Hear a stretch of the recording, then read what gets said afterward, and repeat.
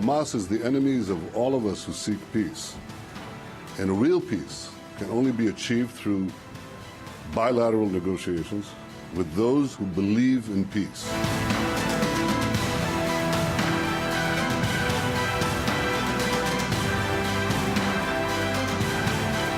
I'm very concerned about the recent announcement of plans to advance settlement in East Jerusalem, which are in clear violation of international law.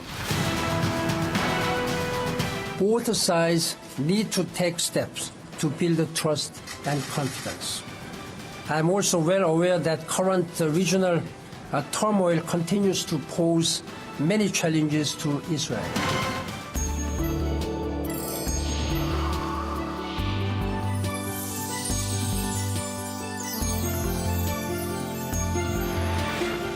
Bonjour et bienvenue sur i24 News. Merci de nous rejoindre en cette matinée. C'est le morning. Nous sommes ensemble pour 2 heures de direct, 2 heures d'actualité. Donc voici tout de suite le sommaire. Les Nations Unies ont violé leur neutralité au cours de la guerre entre Israël et le Hamas cet été. C'est en ces termes que Benjamin Netanyahou a accueilli Ban Ki-moon. On fera le point sur les déplacements du secrétaire général des Nations Unies à Ramallah, Jérusalem et à Gaza aujourd'hui, mais également sur ce vote à 274 voix pour, 12 contre. Le Parlement britannique a symboliquement voté pour une reconnaissance d'un État palestinien. On en parle dans un instant. Quand la télé-réalité confronte les djihadistes de l'État islamique à leurs victimes, ça se passe à la télévision irakienne et c'est une initiative sans précédent qui rassemble plusieurs millions de téléspectateurs chaque vendredi soir. On en parle avec Cyril Amar. Et puis on reviendra sur les contes et dessins animés de Walt Disney qui ont bercé notre enfance. Vous êtes-vous déjà demandé pourquoi Cendrillon, Blanche-Neige, Jasmine et autres princesses n'avaient pas de maman, entre autres? Eh bien on tentera de faire la psychanalyse des contes de princesses avec Sandy Fortis.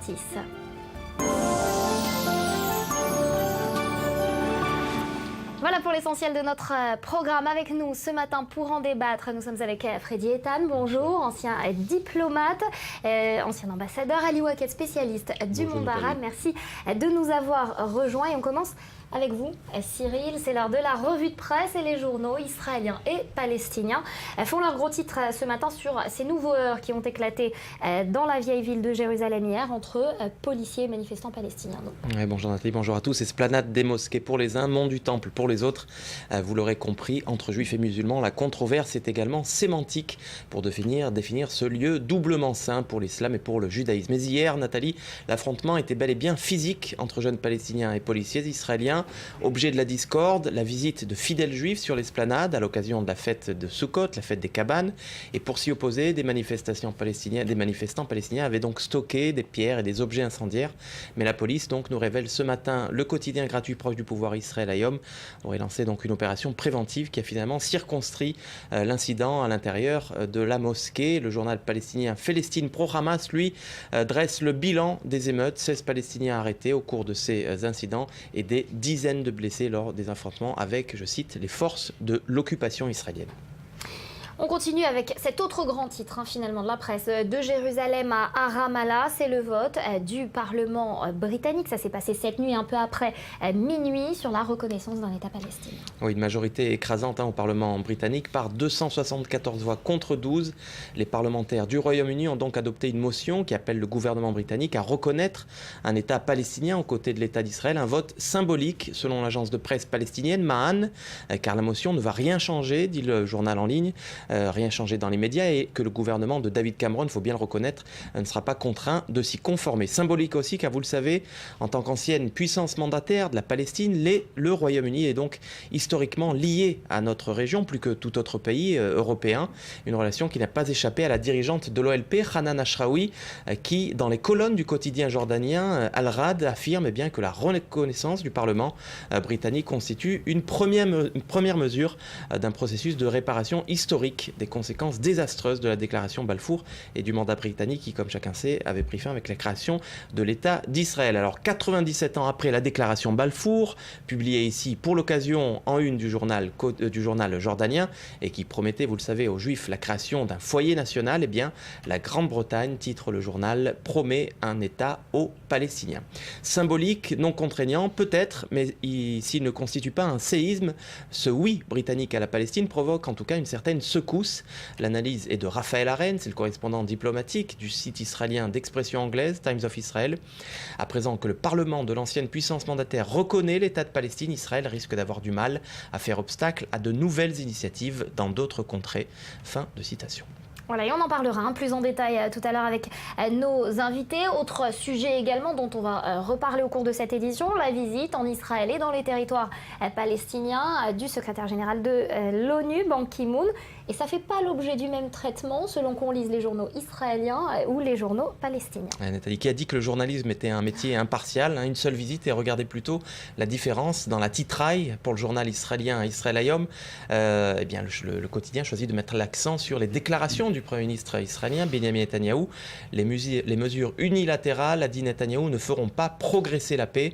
Alors tout autre son de cloche, en lisant le journal palestinien Al-Quds qui paraît à Jérusalem et qui titre à Jérusalem, Ban Ki-moon condamne la colonisation et exige la fin des provocations à Jérusalem. Il faisait référence évidemment à la construction, mais également peut-être aux heurts qui ont éclaté hier.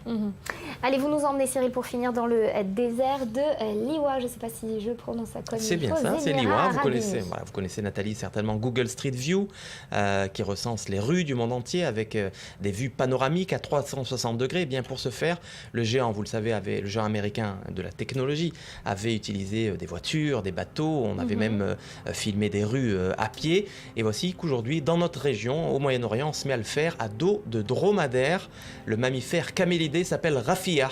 Il a 10 ans et il porte une troisième bosse, si vous voulez. C'est le tracker, cette caméra équipée de plusieurs objectifs chargés de filmer des vues panoramiques. Et ça se passe donc dans le désert de Liwa, aux Émirats Arabes Unis. C'est avec ces images, Nathalie, que je vous dis tout simplement à demain. Alors j'ai bien aimé aussi le petit, vous voyez, approximate adresse approximative à Liwa. Donc si vous cherchez une adresse exacte, vous pouvez utiliser donc ce Google Street View qui est maintenant donc dans le désert des Émirats Arabes Unis. Dans le désert, des images magnifiques en tout cas. Merci beaucoup Cyril pour ces images et cette revue de la presse. Alors on va reparler de cette intense activité diplomatique dans la région. C'est Ban Ki-moon qui a ouvert le bal. Il était hier à Jérusalem, à Ramallah également. Aujourd'hui, il doit se rendre dans la bande de Gaza. Il a rencontré Tzipi Livni, Yitzhak Herzog, le chef de l'opposition. Et à Ramallah, il a rencontré le Premier ministre de l'autorité palestinienne, Rami Hamdallah. Voilà donc pour le point sur les poignées de main et les sourires serrés. Vous allez le voir avec Maxime Pérez. La première charge est venue du secrétaire général de l'ONU, Ban Ki-moon, en marge de sa rencontre à Ramallah avec le Premier ministre palestinien, Rami Hamdallah.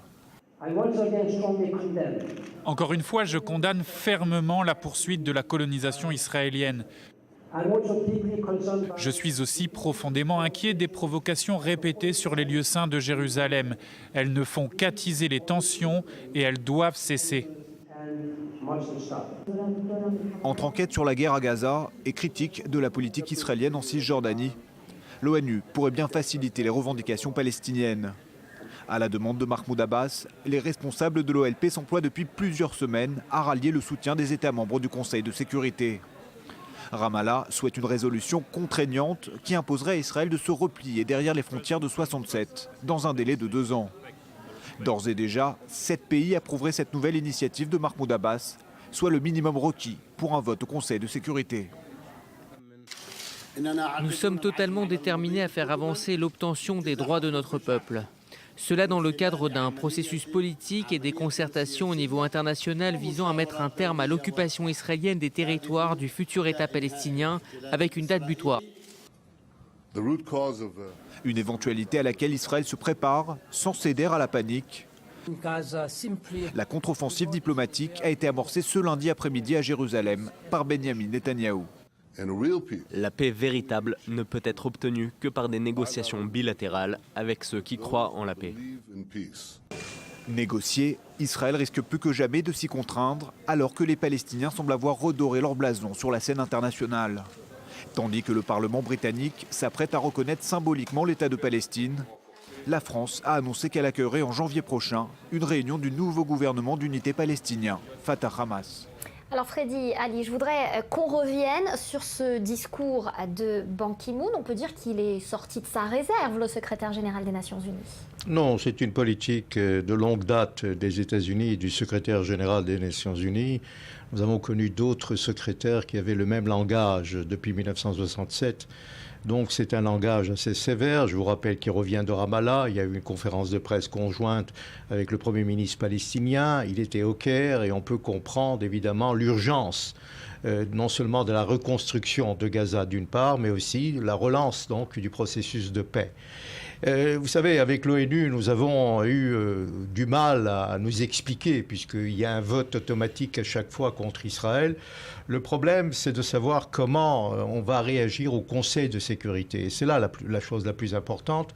Je crois que le secrétaire général des Nations Unies comprend parfaitement et qu'il y aura probablement un veto américain assez significatif et qui compromettrait toute tentative des Palestiniens de soumettre une nouvelle fois au Conseil de sécurité. Mais c'est effectivement une affaire assez grave et Israël doit prendre des devants et essayer à tout prix de lancer une certaine initiative pour faire comprendre, comme l'a dit justement le Premier ministre, on ne peut pas avoir une décision unilatérale du côté palestinien. Il faut que ce soit effectivement dans le cadre de la négociation et ça, c'est possible.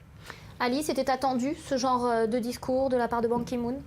Oui, tout à fait. Moi, je suis en désaccord avec Freddy qui a dit que le langage entendu par le secrétaire général était un langage qu'on a connu auparavant. À mon avis, cette phase elle est différente des phases précédentes. C'est vrai que l'ONU a perdu sa neutralité dans les yeux des Israéliens, mais c'est dans le cadre d'une mobilisation internationale qui a pour un seul but, de reconstruire l'autorité palestinienne comme le partenaire exclusif d'Israël pour le processus de paix et de faire savoir à Benjamin Netanyahu que la communauté internationale a quelques cartes à jouer là-dessus sur ce sujet, voire accepter la présentation de l'initiative palestinienne au Conseil de sécurité. C'est vrai que les Américains risquent encore une fois de déposer ce fameux veto, mais les circonstances internationales sont un peu différentes cette fois-ci. Nathalie, il y a une coalition anti-État islamique qui est en train d'opérer sur le sol arabe avec des membres arabes qui coordinent leurs pas avec et leurs mesures avec le bloc européen au sein... Mais justement, ce parallèle que Benjamin Netanyahou a fait à plusieurs reprises entre l'État islamique, Daesh d'une part et le Hamas de l'autre, il ne semble pas avoir résonné vraiment aux oreilles de Ban Ki-moon. Ce parallèle, il est resté valable pour les bureaux et les conseillers de M. Netanyahou, les amis d'Israël même. Au sein de la communauté internationale, n'ont pas acheté ce parallèle et cette comparaison. Il y a ici une campagne, on ne peut pas l'ignorer, il y a ici une campagne qui vise à faire comprendre Israël que ce qui était jusqu'à présent ne peut pas continuer dans les nouvelles circonstances. Alors justement, Freddy, Oui. est à droit de réponse. Oui, bien Allez-y. sûr. Non, il faut comprendre, il n'y a aucun rapport entre l'État islamique et le conflit avec les Palestiniens. Ce sont deux choses tout à fait différentes. S'il y a une coalition contre l'État islamique, c'est dans l'intérêt de l'Europe, par exemple. On sait très bien que l'Europe craint des attentats et craint aussi que des djihadistes fonctionnent et sont dans les rangs donc de Daesh. Ça, c'est une autre chose. Mais le règlement du problème palestinien peut se faire, évidemment. Mais quand on parle de campagne et quand on essaye de faire comprendre qu'il y a un lien idéologique concernant entre le Hamas et Daesh, ça, c'est vrai. Donc il n'y a pas de différence entre les deux. C'est vrai qu'il y a sur la formation, sur les problèmes, le Hamas est un mouvement aussi nationaliste contrairement au Daesh qui veut un califat, etc. Mais le but, si vous voulez, du Hamas ou le but de Daesh est le même sur le plan idéologique. Alors donc ça c'est une chose. Deuxièmement, il est clair qu'il y a, on est inquiet parce qu'il y a une campagne internationale qui isole l'État d'Israël. Et ça, sur le plan diplomatique, c'est une bataille assez rude. Et Alors justement, Benjamin Netanyahou et Maxime Perez le rappelaient dans son sujet, il y a eu une espèce de contre-offensive diplomatique de la part de Benjamin Netanyahou hier face à Ban Ki-moon. Est-ce que c'est la bonne stratégie à adopter? Écoutez, je crois que la stratégie de se défendre ou d'expliquer n'est pas la bonne stratégie. Il faut prendre l'initiative. Et je crois que Benjamin Netanyahu, ce gouvernement, a des difficultés à prendre une initiative parce qu'il y a une coalition un peu difficile à gérer. Et on le sait, de l'extrême droite, avec Tzipi Livni, avec Lapid. Et donc, Benjamin Netanyahu a du mal. D'ailleurs, c'est pour ça qu'il pense même à des primaires au Likoud. Donc, il faut comprendre aussi le problème de la coalition. Ça, c'est une chose. La deuxième chose, c'est que Benjamin Netanyahu hésite encore parce que l'environnement est hostile pour Benjamin Netanyahu. Les menaces sont là. Il y a la menace iranienne, il y a la menace de Daesh, il y a les problèmes avec le Hezbollah, il y a toujours le Hamas. Donc il y a beaucoup de problèmes. Mais ça ne veut pas dire qu'Israël ne doit pas prendre l'initiative et de relancer le processus de paix avec Mahmoud Abbas. Ça, c'est clair. C'est là où le bas blesse en ce moment en Israël, c'est qu'Israël n'a plus l'initiative, la force d'instigation, de diriger un peu l'ordre de... C'est un problème parce que nous devons dicter l'ordre du jour. Nous sommes forts, nous sommes puissants, nous pouvons le faire. Et nous pouvons être généreux vis-à-vis des Palestiniens. Et c'est là que je crois qu'il y a une valse hésitation de la part de ce gouvernement. Nous devons prendre l'initiative. Et ça, Benjamin Netanyahu doit le faire d'une façon assez urgente. Ali, c'est Mahmoud Abbas qui a repris l'initiative. Oui, tout à fait. On a parlé, la conférence avait pour titre la reconstruction de la bande de Gaza, mais il y avait un vrai titre réel, c'était la reconstruction de l'OLP, la reconstruction de Mahmoud Abbas et de son rôle et de son poids sur l'arène internationale. Mais quelques petites remarques. C'est vrai qu'il y a Fredi Eitan a beaucoup plus d'expérience dans le champ diplomatique, mais quelques remarques. La dernière fois quand l'autorité palestinienne s'est présentée pour être acceptée en tant qu'État à l'Assemblée générale en 2012, État inspecteur, les États-Unis ont sanctionné cette mesure par l'arrêt des subventions, par l'arrêt de versement des salaires. Cette fois-ci, on n'entend pas parler de sanctionner l'autorité palestinienne sur le champ financier. Deux, ce vote au Parlement britannique, la Grande-Bretagne qui s'est abstenue dans le vote de 2012. Le Premier ministre britannique David Cameron qui s'est abstenu hier, il n'a pas été contre la proposition du Parti travailliste. Et trois, Nathalie, les propos qu'on entend non pas seulement du secrétaire général de l'ONU, mais du président français, même de quelques dirigeants des pays nordiques, voire le Suède, le Danemark, etc., montrent une chose, que Israël, Benjamin Netanyahu doit faire le choix, comme l'a dit hier un diplomate égyptien, entre les colonies et les colons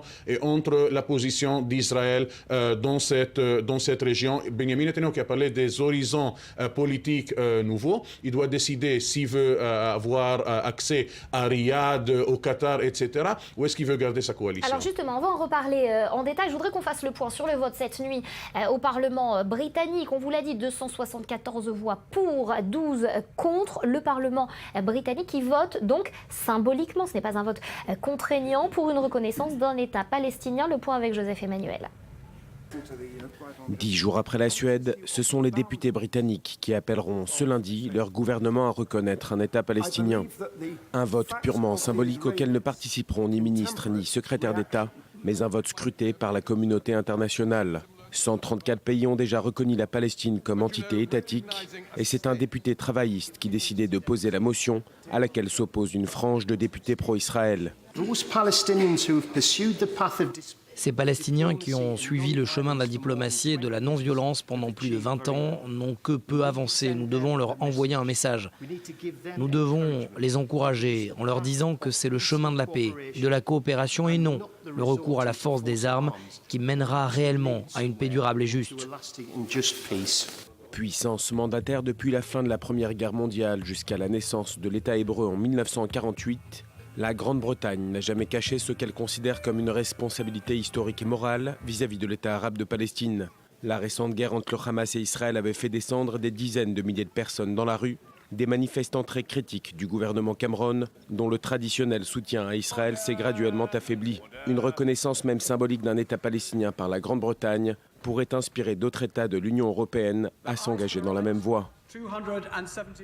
Alors voilà, est-ce que cette initiative prise il y a quelques jours par la Suède, reprise hier soir, cette nuit par la Grande-Bretagne, risque de faire tache d'huile et de s'étendre à d'autres États européens? C'est possible. Vous avez la Grande-Bretagne, quand il y a eu le vote du partage en 1947, le 29 novembre 1947, la Grande-Bretagne s'est abstenue.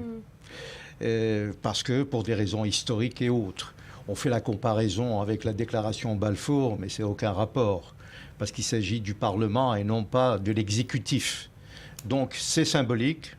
C'est assez important. Il ne faut pas négliger non plus cette décision. Cela peut faire tache d'huile dans d'autres pays. On a vu que la France aussi va peut-être réunir prochainement donc une réunion du gouvernement d'unité palestinienne. Mais il faut dire aussi une chose. Il faudrait que les Européens écartent le Hamas de toute initiative et de tout pouvoir. Parce que si nous voulons faire avancer la locomotive de la paix, pour Israël, nous pouvons négocier avec Mahmoud Abbas, mais il n'est pas question de négocier avec le Hamas. Et si on écarte le Hamas, on peut faire avancer. Mais si on continue à dire que le Hamas fait partie de l'autorité palestinienne, et le Hamas, on sait quelle est son idéologie, et à chaque fois, vous savez, le Hamas voulait renverser Mahmoud Abbas cet été. Le Hamas dit d'une façon claire et nette, Mahmoud Abbas est persona non grata. Le Hamas, c'est quoi? C'est Khaled Mashal à Doha. Vous savez ce que c'est le Qatar. Le Qatar qui subventionne et finance le terrorisme international. Il verse $1 milliard, c'est vrai, pour la reconstruction. Mais qui nous dit que ce $1 milliard ne va pas être détourné pour des raisons ou pour des fins militaires et autres? C'est ça, Ali, c'est la là le crainte problème des Israéliens. C'est ça, la crainte de ce genre d'initiative unilatérale et notamment de ces versements avec cette conférence de donateurs, 5,5 milliards de dollars promis, pas forcément versés assurément. La seule crainte d'Israël, c'est que ce processus de la reconstruction de la bande de Gaza se transforme en un processus de relance du processus de paix qui obligera Israël à prendre des choix très difficiles. Au cours des années, même depuis la prise de contrôle de la bande de Gaza par le Hamas, il y avait des billions d'euros et de billions de dollars qui ont circulé à la bande de Gaza sous la surveillance israélienne. Il y avait un système d'inspection qui avait pour but d'assurer, de garantir que certains fonds iront à des buts très précis, à des reconstructions des institutions sociales et autres, que le fait qu'Israël utilise cette crainte pour essayer de ne pas changer le status quo. Ce status quo, il sert bien pour le Hamas, il sert bien pour Israël. Le Hamas n'a pas de but que le status quo change, qu'il perd tous ses privilèges à l'autorité palestinienne, mais on voit que le Hamas est obligé d'opérer avec un nouveau gouvernement, contrairement aux années précédentes où l'autorité palestinienne n'avait pas le droit de mettre ses pieds à la bande de Gaza. On a vu le cabinet palestinien se réunir à la bande de Gaza. On a vu Ban Ki-moon qui ira à la bande de Gaza et qui rencontrera des membres du gouvernement de réconciliation palestinien. Donc il y a ici une boule de neige avec le vote au Parlement européen qui se produit en face de nous et qui ont pour but de créer une réalité qui obligera Israël à réagir soit en disant on se plie sur nous, pas d'initiative diplomatique, ou comme le propose Freddy Eitan, prendre les devants, essayer de faire partie de ces processus. Le locomotive de ce processus a déjà quitté la station. Alors, Nathalie. prendre les devants, c'est pas forcément le cas en ce moment. Si on envoie la missive qui a été envoyée cette nuit par le ministère des Affaires étrangères israélien au Parlement britannique, une lettre, c'est pas bien ce que vous avez fait, mesdames, messieurs. Je crois qu'on doit changer. C'est un peu léger quand même. Oui, vous avez tout à fait raison. Je crois que nous devons penser autrement, comme on dit en anglais, out of the box, c'est-à-dire essayer de trouver. Très concrètement. Alors concrètement, cela veut dire nous devons. Je crois que le gouvernement israélien, il est temps que le gouvernement israélien décide quel est son programme de paix, c'est-à-dire lancer un programme de paix, c'est-à-dire quelles seront les frontières de demain. Est-ce qu'on va garder les implantations? Est-ce qu'on va séparer le bloc des implantations qui représente que 2% de toute la Cisjordanie? Je vous rappelle que la Cisjordanie, c'est 6 000 km². Donc 2% seulement le bloc des implantations. Ça, je crois que les Palestiniens admettront avec un échange de territoire et autres. Que va devenir Jérusalem? Et ça, il faut le savoir, il faut le dire à l'avance. Et dire qu'il n'y aura pas de construction dans des implantations isolées. Donc tout cela, il faut le dire d'une façon claire et nette. Et je dis mais comment on peut le dire quand, par exemple, à la conférence des donateurs du Caire, on parle d'un rôle éventuel d'Israël dans la reconstruction de la bande de Gaza, mais Israël n'est pas invité à cette conférence? Ça, c'est une grande lacune de la part des États-Unis, en premier lieu, et de l'Égypte. L'Égypte, pour des raisons tactiques, et on sait que l'Égypte, le maréchal Sissi déteste le Hamas, il sait très bien. Et d'ailleurs, c'est ainsi que cela se passe. Et c'est pour ça que le Caire a pris à focaliser, si vous voulez, toutes les activités diplomatiques chez lui. Et c'est important, puisque l'Égypte est le plus grand pays arabe et détient la clé donc de plusieurs problèmes. Et c'est le voisin, si vous voulez, des Palestiniens par la bande de Gaza. Donc il est important que l'Égypte poursuit ses initiatives. Mais il faut dire aussi que l'État d'Israël a besoin aujourd'hui d'avoir des amis autour de nous, c'est-à-dire avec l'Arabie saoudite et autres. Je ne crois pas, comme le dit... Est-ce qu'il ne fallait pas, dans le contexte de cette conférence du Caire, inviter Israël, l'autorité palestinienne, côte à côte face au Hamas pour justement contrer ses intentions et parler de reconstruction avec Israël également? Israël était mise à jour partout et pour tous les projets qui ont été élaborés, pensés, discutés à la conférence de Caire.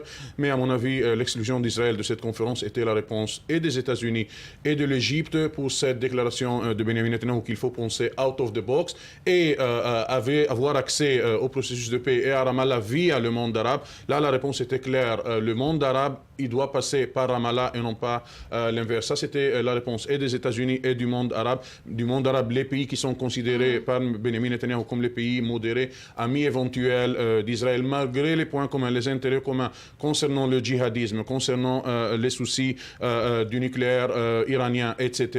Le monde arabe a fait savoir à Benjamin Netanyahu, on ne peut pas contourner l'État palestinien, on ne peut pas contourner l'autorité palestinienne, on ne peut pas contourner Mahmoud Abbas. Il y avait pendant quelques mois, le gouvernement israélien a mené une campagne de délégitimiser le président palestinien. Et là, on voit que ces dernières semaines, même les propos très durs de Mahmoud Abbas à l'Assemblée générale n'étaient pas rencontrés par des réactions grièvement dures par la communauté internationale. C'est vrai, il y avait le porte-parole de la Maison-Blanche qui n'a pas apprécié les propos de Mahmoud Abbas, mais il n'y avait pas au-delà quelques mesures pour sanctionner l'autorité palestinienne. Ali Waked, Freddy Etan, merci infiniment d'avoir été avec nous ce matin. Cyril, on vous retrouve dans quelques instants. On parlera de l'Irak et de cette émission de télé-réalité qui est particulièrement suivie. Mais à suivre, on va parler de football. Bnei Sakhnin, le nom de ce club ne vous dit peut-être rien. Pourtant, c'est le club israélo-arabe qui remporte le plus de compétitions nationales. Des joueurs de toute confession qui s'y mêlent avec l'impulsion, vous allez le voir, du Qatar.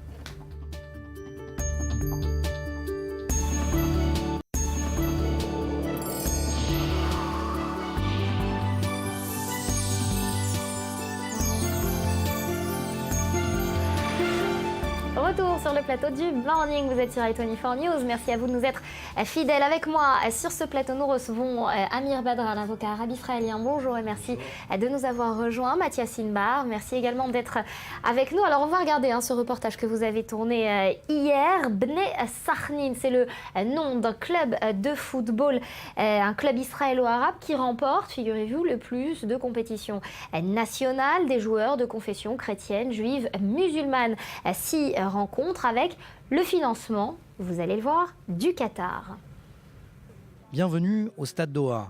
Nous ne sommes pas au Qatar, mais bien en Israël, au nord du pays. Enceinte de l'Hapoel Bnei Sakhnin, équipe de football judéo-arabe de Ligat Ha'al, la Ligue 1 israélienne.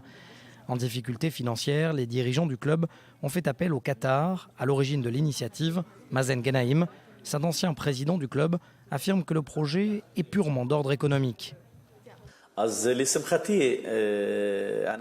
À ma grande joie, l'émir du Qatar a répondu officiellement à notre demande.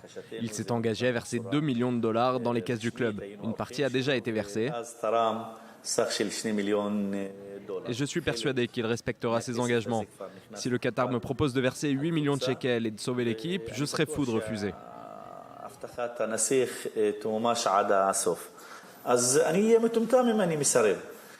Mais dans le rôle de l'intermédiaire, un certain Azmi Bshara. En fuite au Qatar, cet ancien député arabe israélien est soupçonné d'avoir transmis des informations au Hezbollah dans les années 2000. Khaled Kassoum était présent au moment de la rencontre. Il en parle librement. Ce n'est pas un secret, oui, c'est le docteur Azmi Bishara qui nous a aidés à rencontrer l'émir du Qatar. Mais vous savez, le symbole de notre équipe, c'est le vivre ensemble. Ce n'est pas une simple équipe israélienne. Ici jouent des joueurs arabes comme juifs. C'est justement ce qui a poussé le Qatar, via notre intermédiaire, à investir. Ce n'est pas la première fois que le Qatar injecte de l'argent dans le club. Après sa victoire en Coupe d'Israël en 2004, la puissante monarchie décide à l'époque de construire ce stade pour 6 millions de dollars. Mais la seule évocation du Qatar dans le football israélien surprend, gêne même. La fédération n'a pas souhaité commenter l'information, car le sujet est sensible, nous dit ce journaliste, spécialiste de Bnei Sarnin. Oui, le grand public israélien ne voit pas d'un bon œil cette histoire avec Azmi Bishara. Et puis il y a ce rôle du Qatar pendant l'opération Bordure Protectrice. Il faut signaler que la délégation de Bnei Sarnin à son retour du Qatar a été questionnée par les services frontaliers israéliens.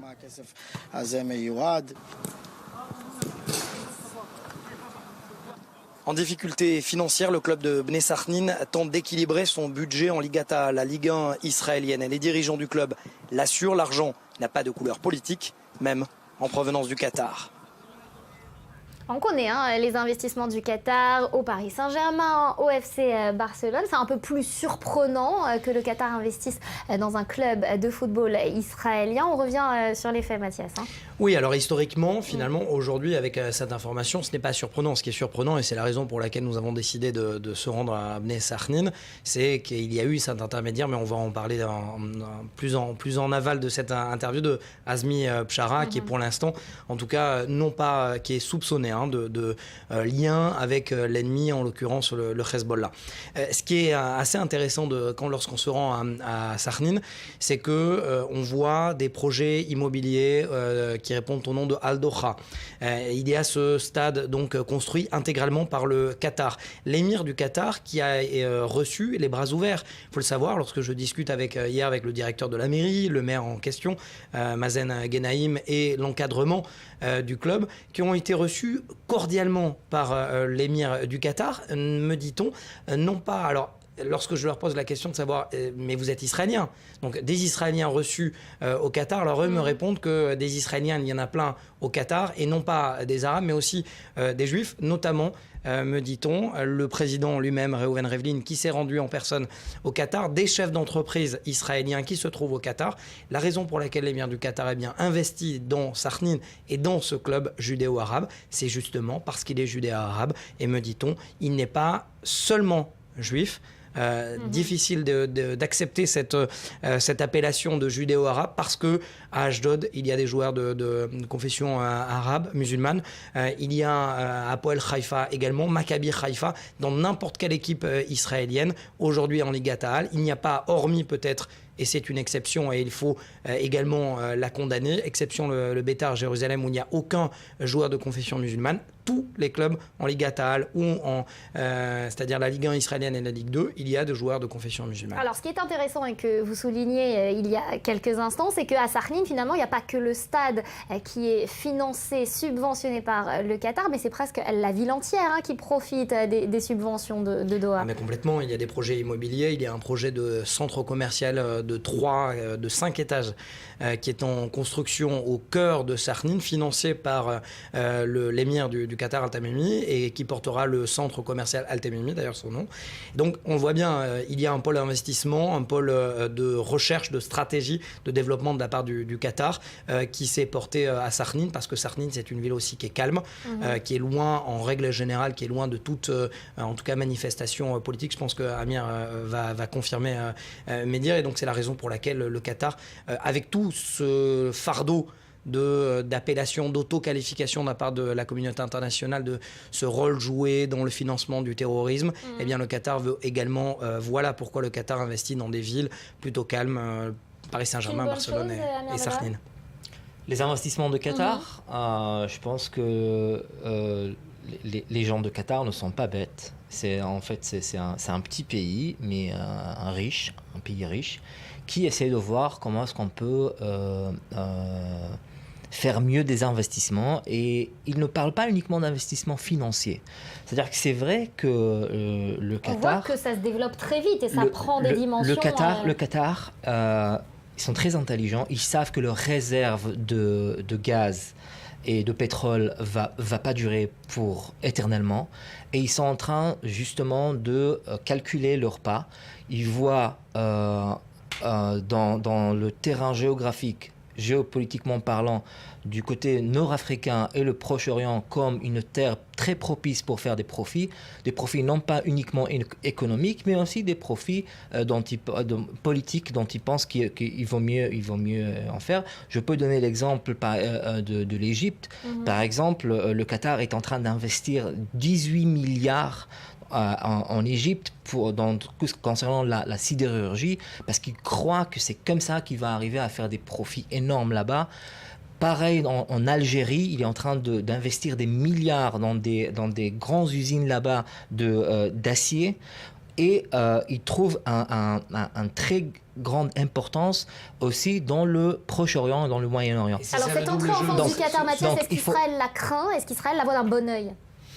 Lorsque je pose la question à Mazen Ghanem, est-ce que vous avez été scruté de près par les autorités israéliennes? Il me dit, mais au contraire, lorsque je suis allé voir la fédération et en leur disant que mon club, mon ancien club, puisqu'il est ancien président de Sarnin, est sur le point de faire faillite, ils lui ont répondu, mais va voir les puissances arabes. Il faut le savoir quand même que des chefs d'entreprise saoudiens étaient il y a 48 heures en Israël, c'est Mazen Ghanem qui me l'a dit. J'ai pu confirmer auprès des contrôles aéroportuaires, ils sont passés par la Jordanie, il y avait des chefs d'entreprise richissimes saoudiens. Donc on voit bien, il y a une relation commerciale. Pour rebondir sur ce que disait Amir, et très bien, c'est-à-dire que le Qatar veut absolument chercher à blanchir son activité diplomatique. C'est-à-dire on passe... Je dirais pas, j'aurais pas pris le mot blanchir, parce que je pense que c'est une connotation péjorative, alors que je pense qu'ils ont d'autres idées en tête quand ils sont en train d'investir. Et je ne suis pas d'accord non plus avec cette appellation dont tu disais tout à l'heure, qu'en fait, cette appellation internationale qui relie l'argent du Qatar ou le Qatar à des actions terroristes, je pense que c'est plutôt une sorte ce sont des propos plus israéliens que internationaux, quand on occupe un peu les infos pas très objectifs des Israéliens qui parlent de Qatar, qu'il faut boycotter le Qatar, il faut ne pas aller voir Real Madrid ou FC Barcelone ou Paris Saint-Germain parce qu'ils sont financés par en tout cas, ça semble pas être le Qatar, cas si on en croit. Non, justement, parce que la fédération israélienne a accepté. Alors, voilà, donc il faut comprendre pourquoi est-ce que la fédération israélienne a accepté, parce qu'en fait, elle n'est pas en train d'investir de l'argent dans des clubs pareils. Donc du coup, elle se dit, voilà, si on a quelqu'un d'autre pour la financer, eh ben, tant mieux, pourquoi le faire? C'est pareil, non pas uniquement pour le stade, mais c'est aussi pour la librairie qui existe là-bas. Je ne sais pas si vous en avez entendu parler. Il y a un très grand projet à Sarnin d'une grande librairie qui va être financée par l'argent qatarien, alors que normalement, c'était l'État d'Israël qui devrait le financer. Et pourquoi pas il ne le fait pas? Justement, pour conclure, Amir, ce que disait Mazen Ghanem, c'est pourquoi, je lui ai posé la question, pourquoi des chefs d'entreprise arabes, israéliens ou jordaniens n'ont pas financé votre club. Il a dit, nous n'avons pas été suffisamment convaincants. Et le seul qui a répondu à notre état d'alerte, à notre SOS, c'est le Qatar.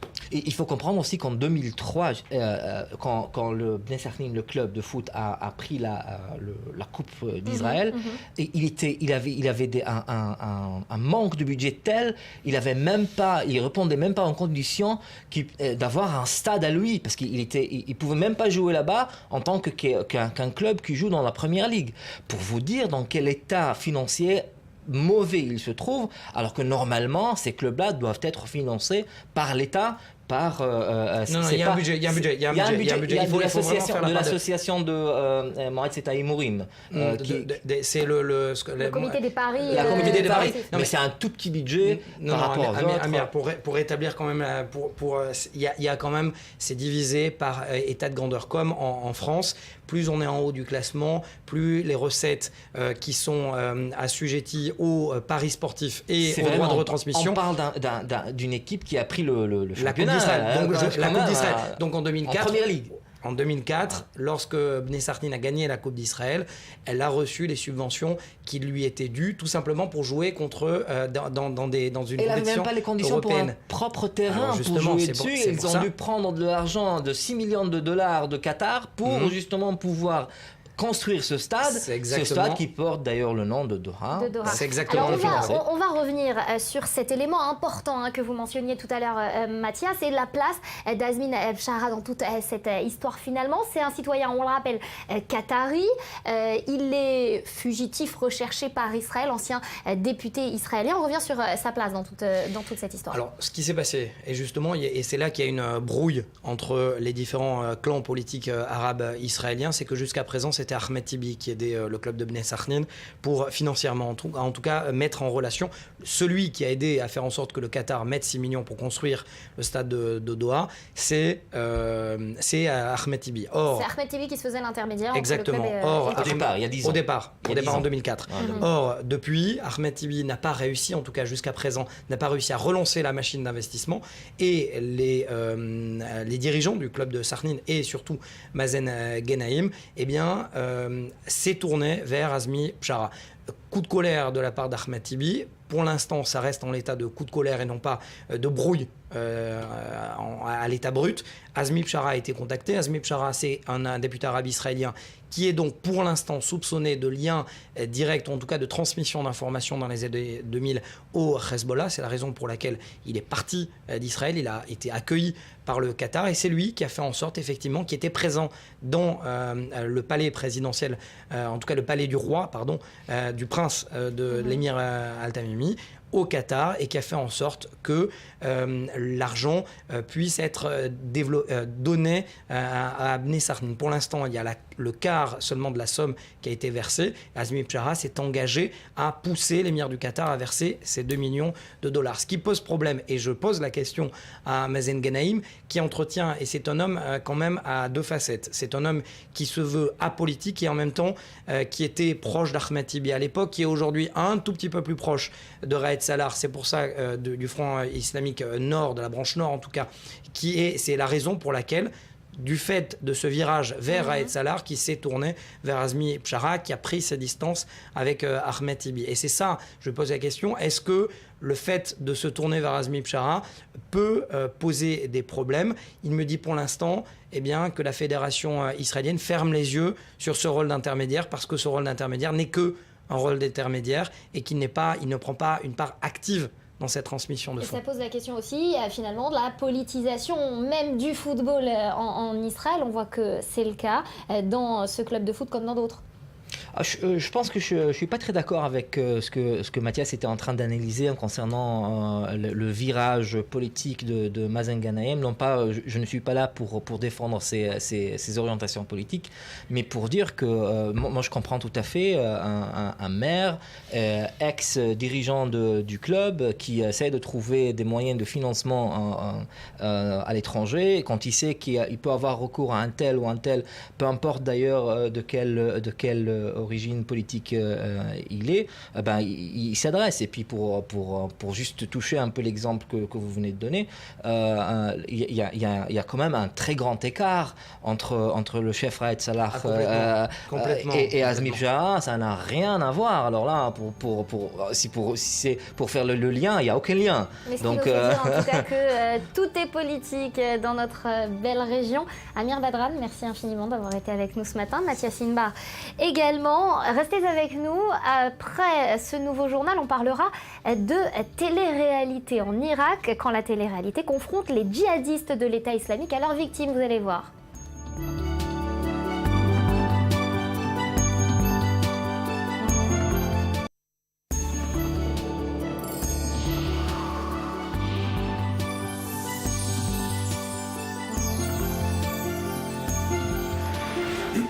Retour sur le plateau du Morning d'I24 News pour commencer ensemble cette deuxième heure d'information. Nous sommes avec Daniel Haït qui nous a rejoint. Bonjour Daniel. Bonjour Nathalie. Cyril, retour sur le plateau. Alors pour nous parler de quelque chose d'assez particulier, la télé-réalité irakienne qui confronte les djihadistes de l'État islamique à leurs victimes. Ça se passe donc en Irak et puis c'est visionné par plusieurs millions de téléspectateurs tous les vendredis.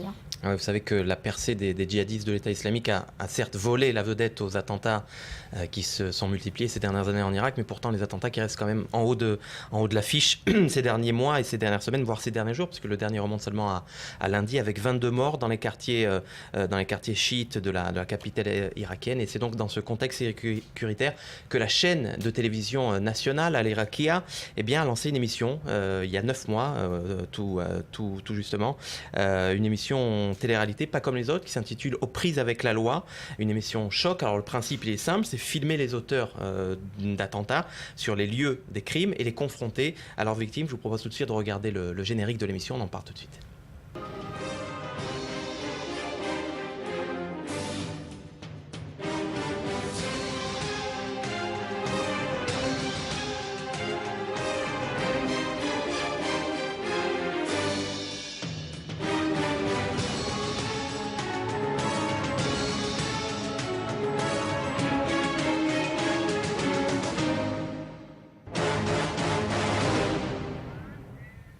Voilà, l'émission phare de la chaîne de télévision nationale irakienne, Al Iraqiya. C'est une émission qui fait un carton à plusieurs millions de téléspectateurs.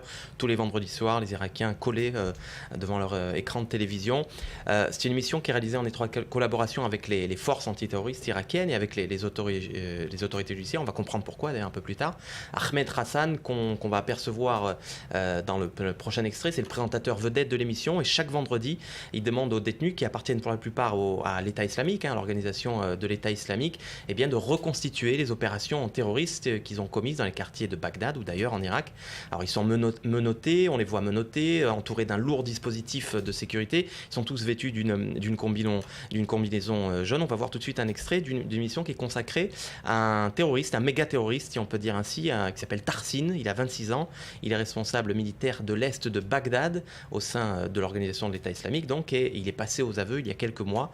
Il a commis plusieurs dizaines d'attentats qui lui ont valu d'ailleurs le titre d'émir, de prince par les djihadistes de l'État islamique. On regarde tout de suite.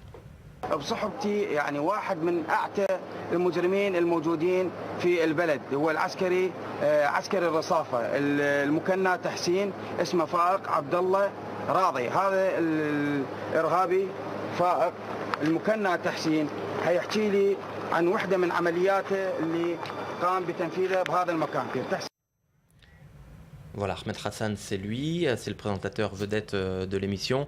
Il était donc avec Tarsin. Alors évidemment, quand on retourne sur les lieux du crime et qu'on reconstitue la scène du crime, évidemment, on se heurte aux badauds, aux victimes même des attentats qui interpellent souvent des victimes qui portent encore les stigmates de l'attentat dont ils ont été victimes. On va voir tout de suite l'une de ces victimes. C'était le propriétaire C'était le propriétaire d'un garage. Il s'appelle Ishtar. Son garage a été détruit pendant l'une des explosions à Bagdad. Et on va le voir donc interpeller Tarsin. Il s'appelle Ishtar. On le regarde tout de suite. يعني ليش هيك يسوي؟ احنا مسلم زين احنا والله خالقنا ليش فجرنا؟ شنو دلبنا؟ مصاحبين عوائل مصاحبين بيوت كل واحد قاعد يجار ب 600 و700 نعيش. هذا شلون من ذنبي؟ عندي 3 جهال وبيت وقاعد يجار ب 700 وانقطع رزقي يسبني الجراج. شنو ليش سويته؟ زين ضميرك ما ذنب ما صار بيك شيء ما قلت هاي خطيه شنو اللي راحوا؟ الاطفال الجهال النسوان هاك شظايا 4 بعد اللي هسه ما طالعت. Ah oui, ça donne lieu à de vraies invectives entre les d'ailleurs, c'est très victimes. troublant parce qu'on s'imagine mal comment en Occident on pourrait avoir de telles émissions télé-réalité, la victime et le bourreau côte à côte, sans débordement de violence, je dirais. On n'est pas dans un procès, ou alors on est dans un procès justement télévisé. Alors évidemment... La victime et le bourreau côte à côte, ça existait en Israël pendant l'intifada, c'était côte à côte dans les hôpitaux. Il est arrivé plus d'une fois que les terroristes palestiniens suicidaires se soient hospitalisés à côté des victimes de leurs attentats. Non, mais malgré tout, j'ai trouvé quand même une certaine forme d'indulgence de la part des victimes vis-à-vis de leurs bourreaux. Alors, ils sont côte à côte, ils parlent. Bon, c'est une invective verbale. Non, c'est pas scénarisé. Okay. C'est tout à fait improvisé, en tout cas tout à fait spontané. Alors évidemment, au-delà du divertissement que ça peut susciter pour des millions d'Irakiens, il y a un objectif politique, il est clair. C'est celui des autorités irakiennes, notamment des autorités, ou en tout cas des forces de sécurité irakiennes, de prouver l'efficacité donc de leur travail dans un pays qui détient malheureusement de funestes records d'attentats avec plusieurs milliers de morts ces dernières années. Il n'y a pas une volonté d'essayer d'obtenir d'eux des remords, peut-être de pousser ceux qui seraient tentés de suivre leur voie, essayer de... Vous avez raison de le préciser, dans d'autres extraits, on voit des terroristes qui sont loin d'incarner une figure héroïque, qui éclatent en sanglots devant les caméras télévision. Il y a donc effectivement cette volonté de réprimer toute velléité terroriste et de montrer l'après dans un pays qui est en proie avancée à la percée des islamistes. Il y a de quoi peut-être justement dissuader certaines bonnes âmes qui seraient tentées par ces péchés terroristes. Je crois que dans un pays où la réalité dépasse toute fiction, eh bien, je crois que c'est quelque part un peu un thème positif, c'est-à-dire d'essayer de traiter de ce genre de problème, essayer de le confronter à la population. Peut-être que ça peut avoir finalement un effet positif. Peut-être. Merci en tout cas Cyril d'avoir levé ce sujet à notre attention. Alors on va se détendre quelques minutes juste avant de parler avec vous Daniel d'un sujet très sérieux, c'est primaire au Likoud en Israël. La musique qui adoucit les mœurs, qui prône la paix. Est-ce que vous y croyez? Eh bien au Kenya, les promoteurs du Coke Studio disent oui, cette émission musicale est l'une des plus importantes du continent africain. Sa saison 2 a démarré avec le même objectif, faire tomber les clichés et unir les artistes. Un récit de Roger Fima. Salut, voici ma girl Victoria Kimani. Et voici mon boy Flavor. Voici Coke Studio Africa. Flavor est une star de la musique au Nigeria. Il est au Kenya pour le tournage de la saison 2 de Coke Studio Africa, le plus grand programme musical du continent. Comme lui, des artistes viennent des 4 coins de l'Afrique pour jouer en direct devant un public et des millions de téléspectateurs. Flavor est connu pour ses chansons en langue Igbo, parlées dans le sud-est du Nigeria.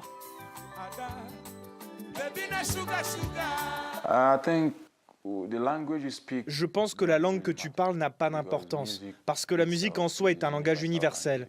Ce qui compte, c'est le rythme, l'émotion, l'âme. Commencée en octobre 2013, la saison 1 avait déjà connu un grand succès. Coca-Cola avait alors dépensé des millions dans l'émission qui encourage les artistes africains à travailler ensemble. En tant que Nigérian vivant en Afrique de l'Est, vous le voyez, je peux voir comment les gens se construisent des idées d'année en année qui les empêchent de collaborer. Alors ce que l'on essaie de faire justement, c'est de construire des ponts dans cette Afrique divisée. Depuis son lancement au Brésil en 2007, Coke Studio a aussi produit des émissions au Pakistan, en Inde et au Moyen-Orient. Dans sa saison 2, les artistes mélangent musique traditionnelle, électronique, rock et benga kenyan. Flavor et Victoria Kimani, le Nigeria et le Kenya, sont en tout cas ce soir sur le même rythme. Voilà, je sais, Daniel, que ça vous a inspiré, Flavor et Victoria. Non, mais en tout cas, la musique, oui, la musique adoucit les mœurs et rapproche les gens. J'en ai eu la preuve hier soir. Il faut rappeler que nous sommes en pleine fête de Sukkot ici en Israël. Et c'est la tradition chez les chassidim, donc les ultra-orthodoxes, de danser. Les rabbins dansent pendant cette fête. Et ce spectacle est ouvert à tous les publics. Et on voit des gens, des Israéliens de toutes les tendances, religieux, plus orthodoxes, laïcs, venir assister à cette danse des rabbins. C'est tout à fait impressionnant. Et voilà, et du coup ça danse aussi en régie. Allez, on va revenir avec vous sur une révélation à la Snowden. J'accentue un peu, je force un peu le trait, mais bon, ça fait en tout cas l'effet d'une bombe ici en Israël. C'est Uri Ariel qui sort cette annonce concernant le gel silencieux finalement de Benjamin Netanyahou des constructions dans les implantations. Expliquez-nous de quoi il s'agit. C'est pas une véritable révélation. On sait, dans les implantations, on se plaint justement de ce gel silencieux de la construction.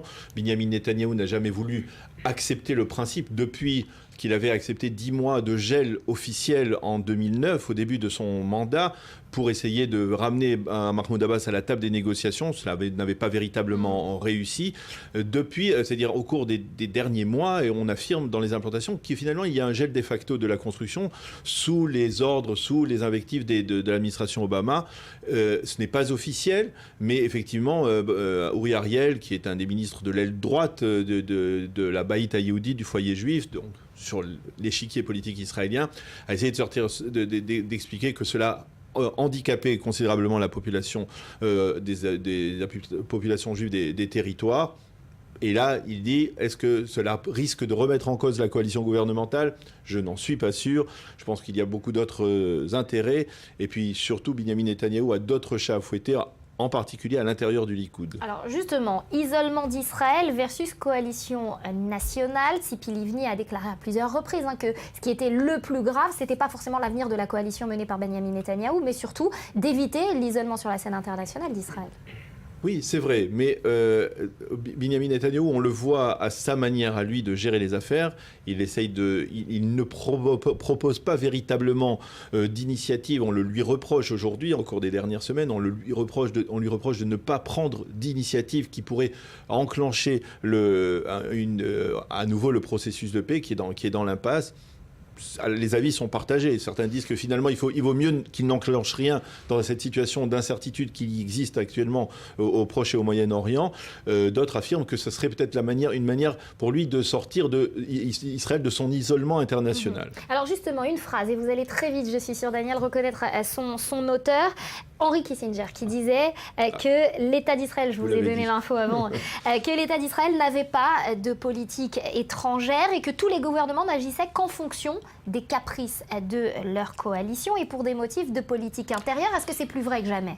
C'est vrai, c'est souvent vrai. On ne peut pas dire qu'il n'y a pas eu des premiers ministres qui avaient des positions, qui ont pris des initiatives diplomatiques internationales, mais c'est vrai que souvent cela se joue, et en particulier lorsqu'il s'agit de Benyamin Netanyahou, cela se joue sur le terrain intérieur.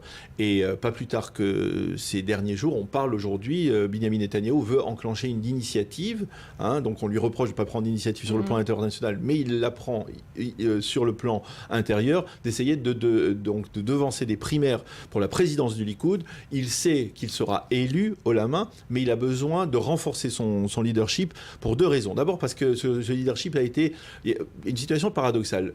À l'issue de la guerre à Gaza, le Likoud s'est renforcé, la droite s'est renforcée dans général après chaque conflit. Mais là, on a vu le Likoud se renforcer dans les sondages. Mais l'image de Benyamin Netanyahou à l'intérieur du Likoud s'est affaiblie. On n'a pas vraiment apprécié sa politique modérée qui a été vantée par la gauche israélienne. On n'a pas vraiment apprécié cette position. On aurait aimé qu'il soit plus rigide, plus fort, plus ferme.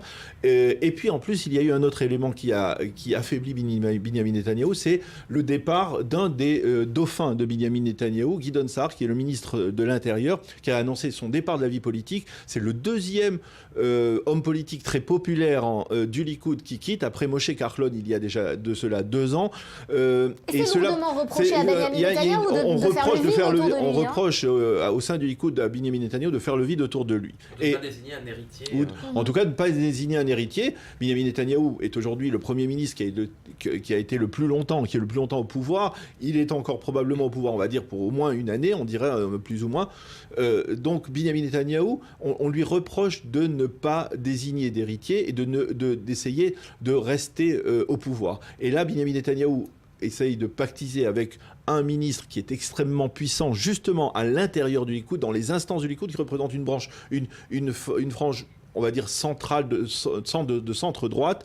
Il s'appelle Israël Katz, ministre des Transports, qui est un homme très puissant au sein des instances du Likoud, et donc il essaye de pactiser avec lui. Ils ont pactisé apparemment ensemble, ça date d'il y a quelques heures, ou même moins de 24 heures, pactisé ensemble pour essayer donc de renforcer le leadership de Benyamin Netanyahou. Il y aurait des élections, même s'il y a des candidats de l'aile droite comme Moshe Feiglin, qui avait déjà obtenu 24% des suffrages lors des précédentes élections pour la présidence du Likoud, eh bien, Binyamin Netanyahou sera réélu et Binyamin Netanyahou veut avoir plus de pouvoir. Un peu comme il est un peu jaloux de Avigdor Lieberman qui a le pouvoir de désigner par exemple les candidats dans la liste électorale. Il veut pouvoir avoir cette possibilité parce qu'il sent que sa liste électorale, la liste actuelle, elle lui est hostile, on va dire. Elle est beaucoup trop à droite. Il voudrait un Likoud plus centriste, Binyamin Netanyahou. Et donc, quelque part, il veut pouvoir désigner des gens qui lui sont proches pour pouvoir après garantir, on va dire, son leadership. Donc voilà pour ces primaires. C'est évidemment le directeur général du parti au pouvoir, du Likoud, Gadi Arieli, qui est considéré comme quelqu'un d'objectif, d'impartial, qui n'est pas le béni oui-oui de Binyamin Netanyahou, justement, et qui, très certainement, va être remercié au profit d'un proche de Netanyahou. Et le sous-directeur sera très certainement, ou sera une proche du ministre des Transports Israël Katz. Voilà, donc ça, c'est de la politique. Et cela nous laisse penser que tout de suite après les fêtes, il y a un grand principe en Israël, après les fêtes du début d'année hébraïque, eh bien, la vie politique va reprendre et cela risque de ne pas être tout à fait facile pour Binyamin Netanyahou. Voilà, en tout cas, on parle de ces primaires pour la fin de l'année, en tout cas avant la fin de l'année civile. Cette fois, merci Daniel Haïk d'avoir été avec nous. Cyril, merci également à vous, à suivre, à rester en notre compagnie, puisque juste après le journal, on va parler de ces contes et dessins animés de Walt Disney qui ont bercé notre enfance. Est-ce que vous vous êtes déjà demandé pourquoi Cendrillon, Blanche-Neige ou encore Jasmine n'avaient pas de maman? Eh bien, on va faire la psychanalyse de contes de fées dans quelques instants.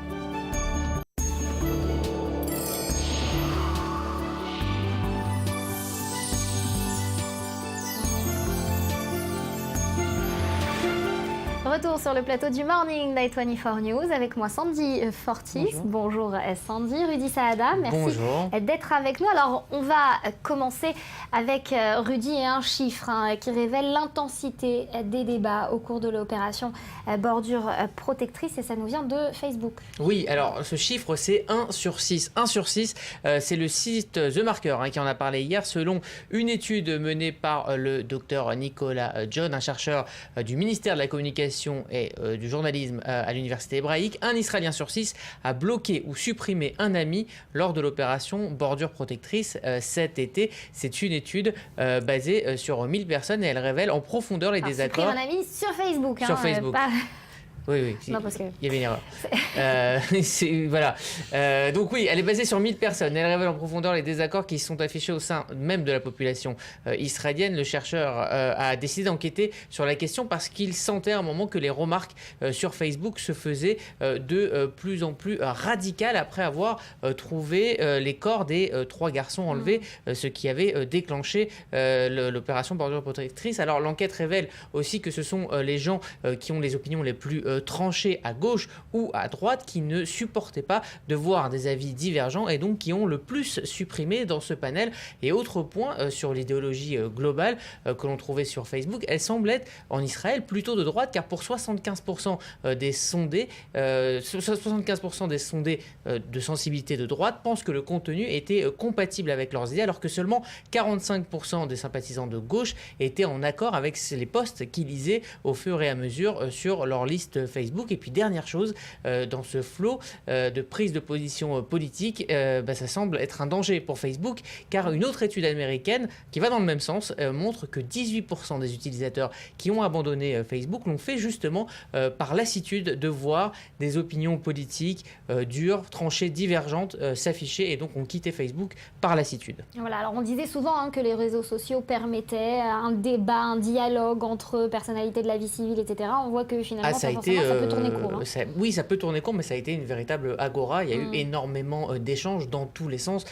Pour les francophones ayant quitté la France, il y avait aussi des débats avec les amis en France qui sont restés. Donc beaucoup de gens ont supprimé ou en tout cas ont révélé des opinions politiques diverses. Et c'est vrai que ça a été vraiment le lieu du débat Facebook. En tout cas, fait réagir. On continue avec le net, bien évidemment, et on parle d'une campagne choc qui a secoué la toile. Oui, c'est une vidéo virale qui nous vient de Suède et qui totalise ce matin 1 600 000 vues. Ça se passe dans le métro de Stockholm. Au départ, il s'agissait d'une pub pour un shampoing. Les publicitaires avaient équipé les panneaux de capteurs pour détecter l'arrivée du train. L'idée de base était donc de faire bouger les cheveux du modèle sur l'écran quand le métro arrive sur le quai, en faisant penser donc au fameux courant d'air. Sauf que la même idée a été utilisée pour sensibiliser à la cause de la lutte contre le cancer, notamment des enfants. Regardez cette campagne choc.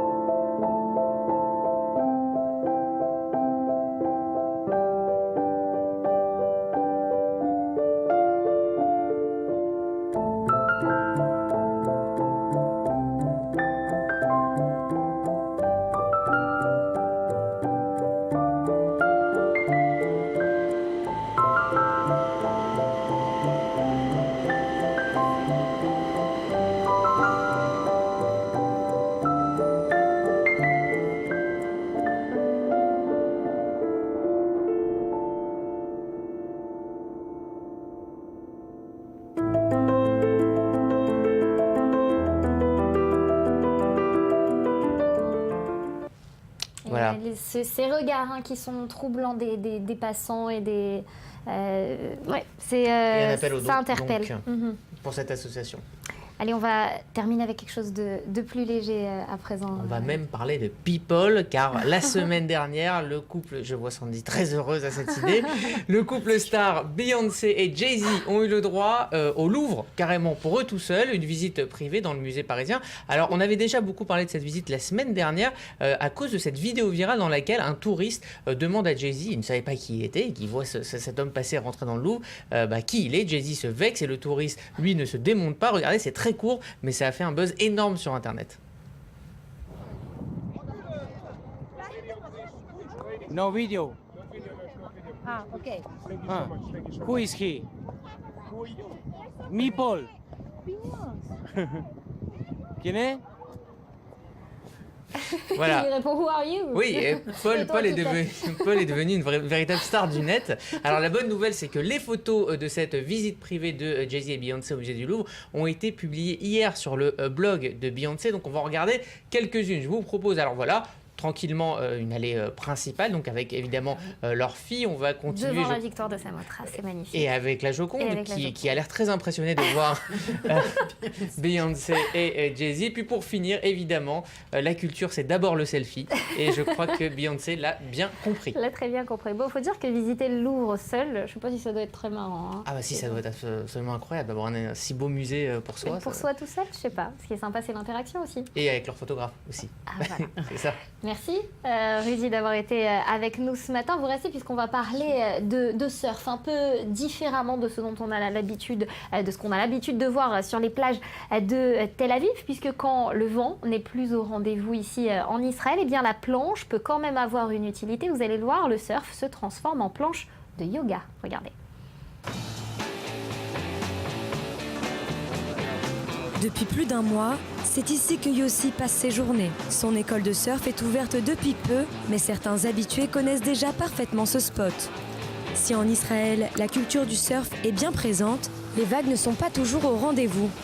Un bon moyen pour Yossi de rebondir sur un nouveau concept, le yoga surfing. Il semblerait que le yoga et le surf fonctionnent ensemble. Vous avez besoin d'équilibre dans les deux sports, et quand il n'y a pas de vagues comme aujourd'hui, c'est idéal d'avoir une eau calme et plate. C'est tout nouveau pour le moment, mais je pense que cette saison est bonne pour cette nouvelle pratique, et ça va être de mieux en mieux les mois à venir. Avec l'aide de son ami Choval, grand adepte du yoga Ashtanga, il met en place cette classe de yoga surfing. On démarre sur le sol et on poursuit sur sa planche et sur l'eau. Pour le moment, les élèves ne sont pas nombreux. Les difficultés climatiques ne rendent pas la pratique facile, mais une fois l'équilibre trouvé, le cours peut commencer.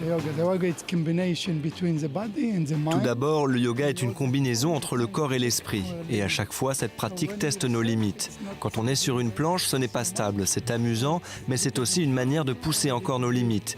C'était ma première fois sur l'eau et j'ai vraiment adoré. Sur l'eau, vous devez être encore plus concentré.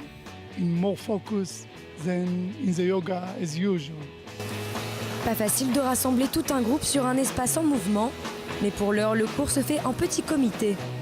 Vous l'aurez compris, pour pratiquer du yoga surfing, pas besoin d'avoir un bon niveau de surf, mais un niveau de yoga confirmé est nécessaire. J'ai commencé à faire du surf grâce au yoga, mais il y a beaucoup d'étudiants qui trouvent que surfer et faire du yoga vont ensemble. Il n'y a pas vraiment de règles, vous pouvez commencer à faire du yoga sur une planche et ça va vous aider pour le surf, ou alors surfer parfaitement et ça va vous aider à améliorer votre yoga. Mais le yoga aide vraiment à surfer. Vous apprenez l'équilibre, les mouvements, la posture, ça se combine parfaitement ensemble. Le yoga requiert une certaine maîtrise de soi et de son corps, et ce côté spirituel, les surfeurs le retrouvent en attendant la vague. Autant dire que la combinaison parfaite est trouvée. Et on sentait le regard de Rudy Saada, admirateur devant ses acrobaties sur l'eau. Et voilà, vous en restez quoi? On va continuer, on vous l'avait promis, répondre à cette question qui nous fascine et qui nous hante depuis le début de cette émission. Pourquoi, Sandy, les personnages des dessins animés de Walt Disney n'ont pas de maman? Alors, il y a plusieurs raisons, mais la plupart, c'est surtout des rumeurs. La première réponse est, bien, tout simplement, dans un film de Walt Disney, c'est entre 80 et 90 minutes, souvent le personnage grandit, et souvent, pour grandir, on a besoin de s'émanciper, de se débrouiller tout seul, et c'est souvent pour ça qu'il n'y a pas de maman, que ce soit dans La Belle et la Bête, dans Le Roi Lion, Ariel, la petite sirène, beaucoup de personnages de Disney n'ont pas de maman, pour pouvoir aussi arriver à se débrouiller toute seule ou être amené à se débrouiller tout seul. Autre réponse qui pourrait être la vraie réponse sous la chance, c'est-à-dire que Walt Disney, donc le fondateur le père de Disney, celui à qui on doit tous nos rêves d'enfance. On vous sent très ému. Exactement. Donc en fait, dès qu'il a commencé à gagner de l'argent, il a offert une maison à ses parents. Et il se trouve que il était en travaux, il a dû faire des travaux dans la maison. Bon, son père à un moment a été hospitalisé, sa mère s'est retrouvée seule dans la maison. Il y a eu une fuite de gaz et elle est morte pendant la nuit. Cette nuit-là où son père était... cela, Walt Disney lui-même n'ayant pas de maman... il a peut-être voulu exactement garder ce côté-là de sa personnalité, de sa vie, dans ses créations. Et c'est peut-être tout en étant quand même des figures maternelles dans évidemment, contes, évidemment, c'est vrai qu'il y a certaines mamans, mais c'est vrai que, encore une fois, Cendrillon n'a pas de maman. Il y a beaucoup de personnages de Disney qui n'ont pas de maman. Le père est souvent présent, mais la mère est souvent absente. On se rappelle tous de la triste cet épisode où Bambi perd sa maman, qui était aussi très très triste. Je pense que ça a touché beaucoup de monde. Et voilà, donc je pense que c'est le sourire aujourd'hui. Alors voilà, ça c'était pour la petite explication. Le monde de Disney qui est un pilier pour nos enfants, mais pas seulement pour nous aussi, pour les artistes également. Voilà, donc les adultes évidemment ont tous été inspirés par Disney, ont tous vécu avec Disney, et les artistes s'en sont souvent inspirés justement. C'est notamment le cas de David Kawena, pour ne pas se tromper, c'est un illustrateur israélien qui vit actuellement à New York.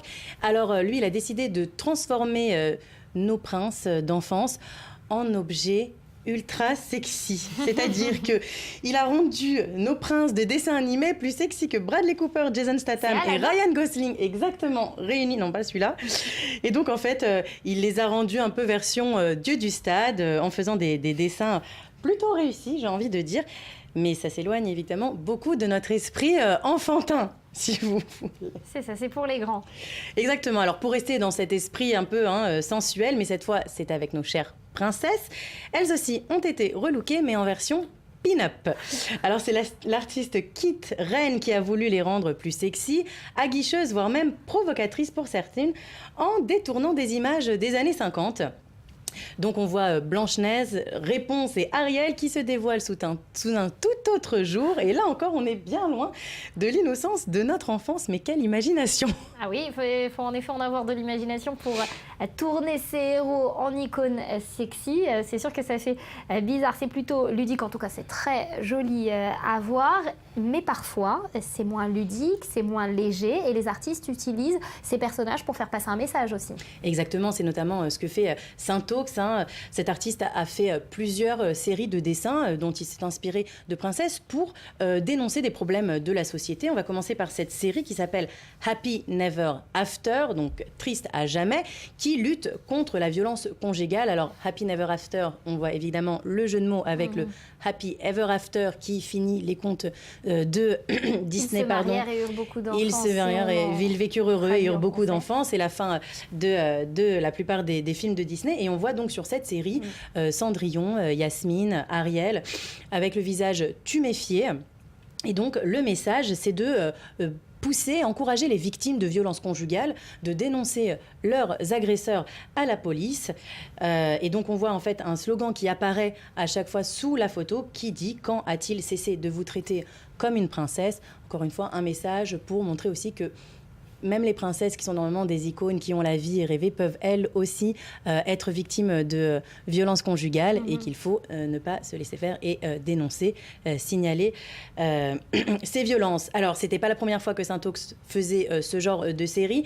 Il avait, quelques semaines avant cette série sur la violence, fait une autre série qui était intitulée Princess Diaries, donc le journal d'une princesse qui dénonçait l'inceste. Le message était là accompagné de 46% des mineurs violés sont victimes de membres de leur famille. Il n'est jamais trop tard pour dénoncer un abus. Vous avez évidemment compris le message. Et voilà, et des icônes finalement qui se transforment en passeurs de messages, ça fait aussi le buzz et c'est pour ça que les artistes finalement les utilisent. Évidemment, alors parfois ils l'utilisent aussi juste pour faire le buzz, pour s'amuser. Là on va finir sur un ton un peu plus ludique et sympathique exactement. Donc c'est une vidéo qui justement a fait le buzz sur internet, une battle de rap entre princesses Disney. Alors c'est les princesses classiques, à savoir Blanche-Neige, Cendrillon et Aurore, la belle princesse au bois dormant, qui sont contre les plus récentes, Elsa la Reine des Neiges, Tiana et Mérida la célèbre rebelle. On a évidemment la vidéo, on regarde la battle. Snow White versus Elsa. Let the rap battle begin!